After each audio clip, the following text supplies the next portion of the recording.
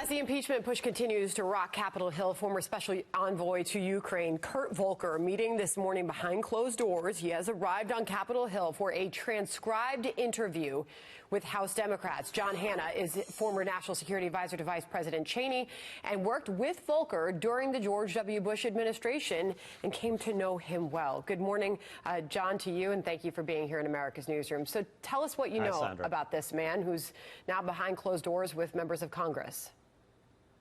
Well, I think he's exactly the kind of diplomat that Americans would want dealing with very high-level foreign policy issues. He's a foreign service officer by training. He's worked European issues for a very long time, very tough on the Russians and their aggression in Ukraine, and a great promoter of the cause of democracy in Europe and in the transatlantic relationship. If you were to say on paper what his job was within the Trump administration, how would you describe it?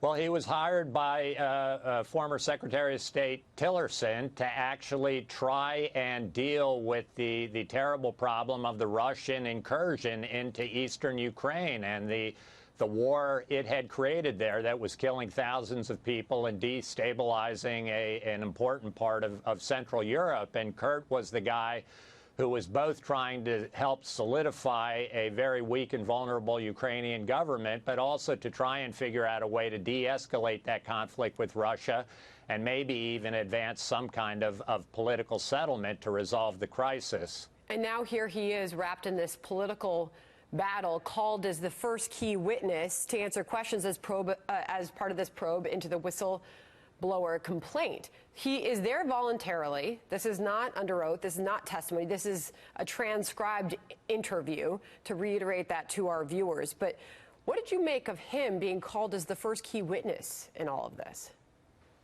Well, I mean, Kurt really finds himself in the middle of this. He was, of course, named in the whistleblower complaint as somebody who was dealing with both Rudy Giuliani and Giuliani's attempts to interact with the Ukrainian government.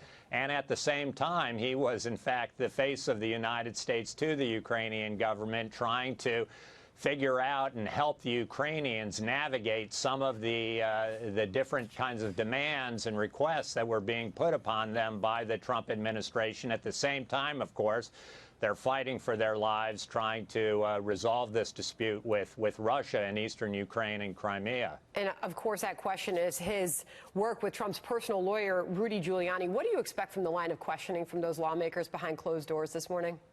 Well, I think they've got to, Kurt's got to explain what exactly was he trying to do in interfacing between Giuliani and this new government in Ukraine, the Zelensky government, trying to put these parties together. Was he, in fact, operating at the request of Giuliani and President Trump to bring pressure on the Ukrainians to actually get deeper into issues regarding Joe Biden and the 2016 elections, or was he simply trying to mediate and remove any of the questions the president has about Ukraine in order to move forward the relationship and get the U.S.-Ukrainian relationship back on track so they can deal with this very serious conflict in Central Europe? I don't have any insight to that, but I know that the committee will get a straight shot from Ambassador Volker. He'll tell them what he knows, and I think he'll be as honest and truthful as he can be with the committee in laying out the facts as he sees them. Very interesting. Chris Murphy, one of the Democrats on one of the committees from Connecticut, he sits on Senate Foreign Relations. He tweeted September 27th, of course, that's the day that Volker resigned, that Volker has a well-deserved reputation for fairness, toughness, and integrity. But he went on to say that's why he's disappointed that he is wrapped up in what he called this mess. He resigned, Volker, as I said, September 27th, John. At that time, he offered no public explanation for his resignation. Could that have helped and gone a long way? Yeah, I don't know what constraints Kurt felt like he was under, that he needed to actually report this out to the committees in Congress that have jurisdiction over this matter, that there is an ongoing investigation, and he feels constrained from doing anything in public yet. But I think at some point in time, it'll be important for Kurt personally, as well as for the country, to understand exactly what Kurt's version of events is here, of what transpired over the course of this summer. All right. Again, he is behind closed doors right now answering those questions. Meanwhile, this fired Ukrainian prosecutor said he was told to back off of this probe into Joe Biden and the Biden-linked firm, I should say. We've obtained these documents from the Rudy Giuliani interview that showed this. Mr. Shokin, that fired Ukraine prosecutor, attempted to continue the investigations, but on or around June or July of 2015, the U.S. Ambassador Jeffrey R. Pyatt told him that the investigation has to be handled with white gloves, which, according to Mr. Shokin, that implied do nothing. What did you make of these revelations, John? Well, I've got to say, Sandra, that I know something about Shokin and his reputation for investigating corruption in Ukraine, whether it had to do with Hunter Biden's firm or with the broader plague of deep embedded systematic corruption in Ukraine. He didn't have a shining reputation. He wasn't simply opposed by the U.S. administration at that time, that he needed to be relieved of his duties, but by the entire transatlantic alliance in Europe.